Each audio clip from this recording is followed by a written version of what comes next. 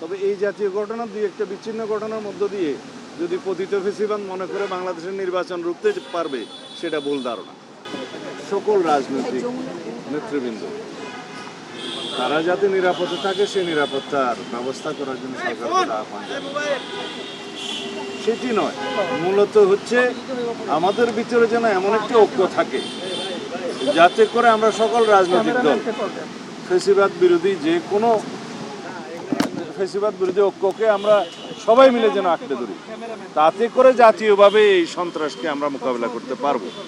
যদি আমরা গণতান্ত্রিক শক্তিসমূহ পরস্পর বিচ্ছিন্ন হই এবং পরস্পরের বিরোধিতা করতে থাকি, তাহলে ফেসিবাদ আশকারা পাবে। সেই জায়গায় যেন আমরা না যাই, এই আহ্বানটাই আমরা জানিয়েছি এবং এটাই হচ্ছে মূল ভিত্তি। যদি আমাদের ভিতরে ঐক্য থাকে এবং আমরা গণতান্ত্রিক শক্তিগুলো, গণতান্ত্রিক রাজনৈতিক দলগুলো যদি ঐক্যবদ্ধ থাকি, আমাদের ভিতরে বিভেদ না থাকে, তাহলে পরে আমরা জাতীয়ভাবে এই জাতীয় সকল ধরনের সন্ত্রাসকে মোকাবিলা করতে পারবো এবং ফেসিবাদের দোসরদের যে কোনো ষড়যন্ত্রকে মোকাবিলা করতে পারবো। আমরা জানি এই শক্তি দেশের ভিতরেও সক্রিয় এবং দেশের বাইরেও সক্রিয়। আমরা ঘটনার সুষ্ঠু তদন্তের জন্য এবং তড়িৎ ব্যবস্থা গ্রহণের জন্য আহ্বান জানিয়েছি। আপনাদেরকে স্মরণ করিয়ে দিই, গত 5ই নভেম্বর বিএনপির একজন সম্ভাব্য প্রার্থী, আমরা যে মনোনয়ন ঘোষণা করেছি প্রাথমিকভাবে, তার একজন প্রার্থী জনাব এরশাদুল্লাহ, চট্টগ্রাম মহানগরের চট্টগ্রাম 8 আসনের প্রার্থী, তার উপরে প্রাণবিনাশী হামলা হয়েছে।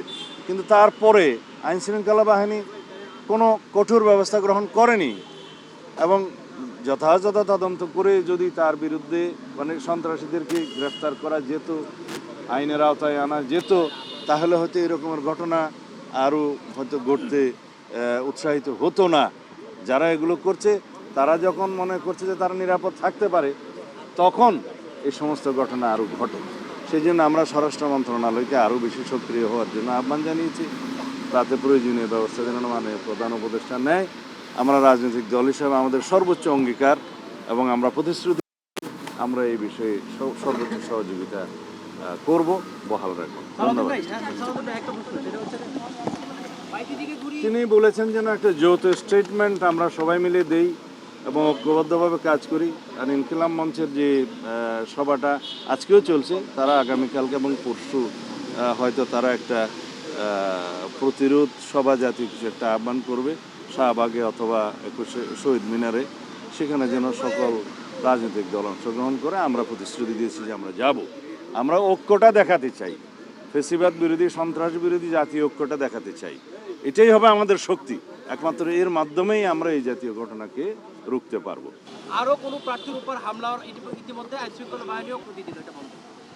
আমরা এই জাতীয় যে কোনো রকমের আশঙ্কাকে উড়িয়ে দিচ্ছি না, তবে সরকারের দায়িত্ব আছে, রাজনৈতিক দলসমূহের দায়িত্ব আছে, জনগণের সচেতনতা জরুরি। সেই জন্য আমরা বলেছি যে স্বরাষ্ট্র মন্ত্রণালয়, আইনশৃঙ্খলা বাহিনী, যৌথ বাহিনী এবং সরকার, জনগণ, রাজনৈতিক দলসমূহ মিলে ঐক্যবদ্ধভাবে যদি আমরা এগুলোকে মোকাবিলা করি, ইনশাআল্লাহ এই ধরনের ঘটনা আমরা বন্ধ করতে পারবো। কমপক্ষে আমরা এই প্রিকশনারি মেজার্স হিসাবে আগের থেকে আমরা সজাগ হতে পারবো, তাহলে পরেই হবে। তবে এই জাতীয় ঘটনা দুই একটা বিচ্ছিন্ন ঘটনার মধ্য দিয়ে যদি পতিত ফেসিবাদ মনে করে বাংলাদেশের নির্বাচন রুখতে পারবে, সেটা ভুল ধারণা। এই বিষয়টা আজকে এখানে আলোচনা হয় নাই। অবশ্যই বিষয়টা আমাদের জন্য সর্বোচ্চ অগ্রাধিকার। আমরা দলীয়ভাবেও চেষ্টা করব, সরকারকে আহ্বান জানাবো যাতে ওনার নিরাপত্তা নিশ্চিত করা হয়।